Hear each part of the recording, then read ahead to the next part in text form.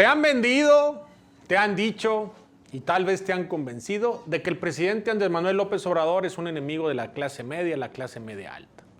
Lo has escuchado y ese argumento y tal vez te han mal informado y lo has comprado. Quienes lo sostienen se quejan que con AMLO la economía nunca estuvo peor, que la clase media nunca sufrió tanto, que lo mejor es que regrese el PRIAN, porque con ellos la clase media sí tuvo estabilidad. La realidad es que este gobierno es el que más ha hecho por la clase media. Aquí te van unos datos. López Obrador ha sido el único de los últimos 5 gobiernos que no subió impuestos. Sí, escuchaste bien. No subió impuestos durante los primeros 3 años de gobierno, a diferencia de los otros gobiernos. Es el primero en declararle una guerra frontal a la corrupción.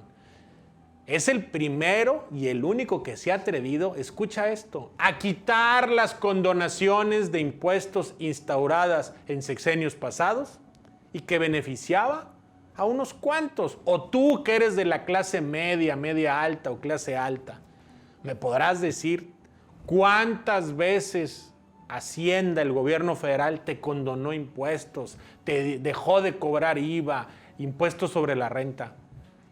Dime, ¿cuándo fue? Fue el único también que en un momento de crisis como es la pandemia no endeudó al país y apostó por construir un estado de bienestar. Antes endeudaban al país para generar más burocracia.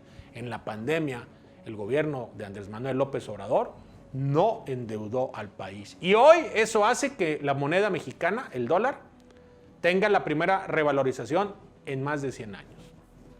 Todas esas cosas repercutieron de manera positiva. Lo que AMLO hizo por la clase media. Gracias a que no se endeudó, al país no se le subieron impuestos. Gracias al estado de bienestar y a los programas sociales, no hubo conflictos ni saqueos. Acuérdate cuando el gasolinazo.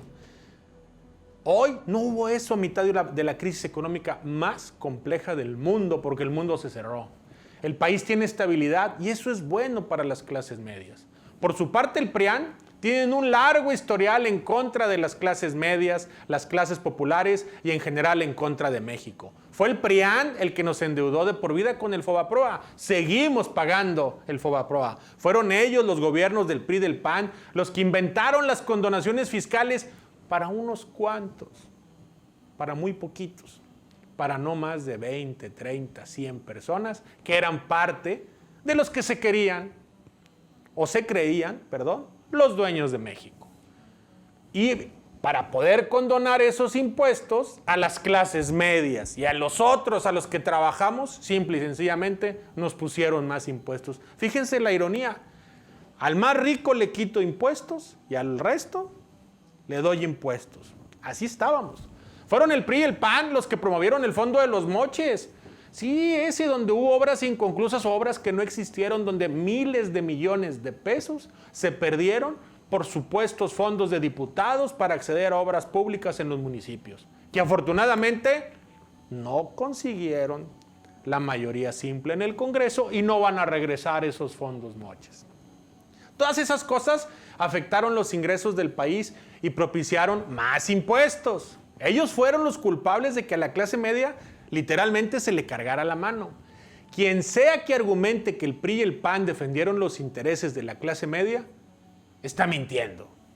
En los hechos, el PRIAN siempre hizo todo lo contrario. Siempre defendieron los intereses de ellos, exclusivamente de ellos, y nunca renunciaron a nada. No renunciaron a vivir como faquires, a vivir como emperadores. No renunciaron bajo ninguna circunstancia a ser austeros. Ser funcionario del gobierno federal, ser diputado, ser senador, implicaba de inmediato una mejora económica sustancial en su vida que les cambiaba la vida. Hoy los diputados y senadores ganan la mitad de lo que ganaban antes porque fue una reforma de la ley de austeridad. A quienes abiertamente llamaron a votar por ellos para regresarles el control de la Cámara, les pregunto, ¿para qué querían la Cámara?